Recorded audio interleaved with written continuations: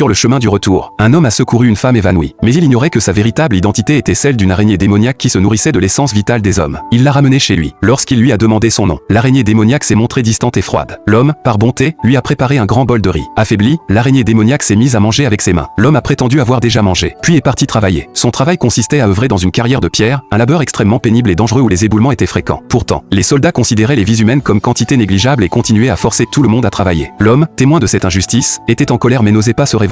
Le soir venu, l'homme est rentré du travail et a constaté que l'araignée démoniaque n'allait toujours pas mieux. Il a donc décidé de lui servir un autre bol de riz, mais y a découvert un cafard. L'homme a délicatement attrapé l'insecte et l'a relâché par la fenêtre. L'araignée démoniaque, surprise, a entendu l'homme lui expliquer que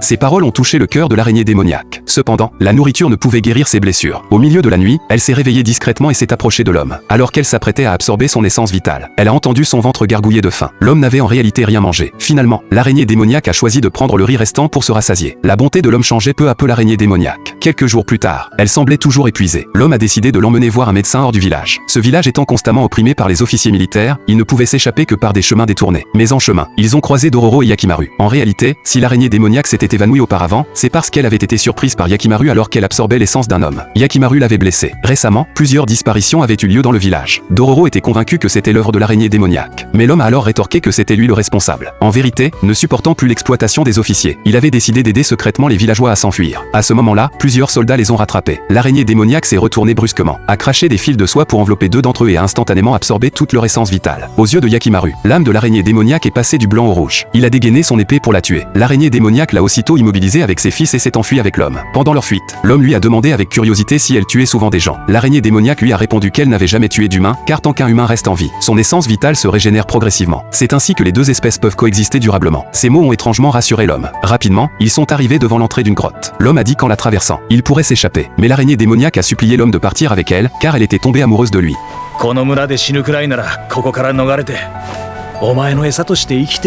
あんたみたいなおかしな人間には今後二度と出会えないだろうよ。